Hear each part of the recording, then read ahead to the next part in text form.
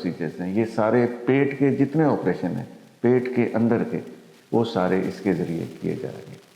और कॉम्प्लिकेटेड, जैसे मैंने कहा, कैंसर हैं, बेटे का कैंसर है, बड़ी आंत का कैंसर है, ये सारे इसके थ्रू करेंगे। और सर इसके रोबोटिक के ज़रिए जो सर्जरी की जाती है, इसका ड्यूरेशन क्या होता है एज कम्पेयर टू बाकी नॉर्मल सर्जरी से इसका ड्यूरेशन कम होता जाएगा with the passage of time.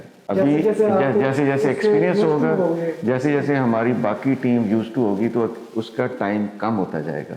अभी शुरू में हो सकता है उतना ही टाइम लगे जितना बाकी ओपन और लेप्रोस्कोपी पे लगता है। तो सर पेशेंट को जो मेजर बेनिफिट होगा रोबोटिक सर्जरी के हवाले से वो क्या है? मेजर सर्जरी के हवाले से ये होगा कि वो सर्जरीज जो ओपन और लेप्रोस्कोपी से पॉसिबल नहीं थी, कॉम्प्लिकेटेड थी, वो इसमें पॉसिबल होंगी। वजह क्या है?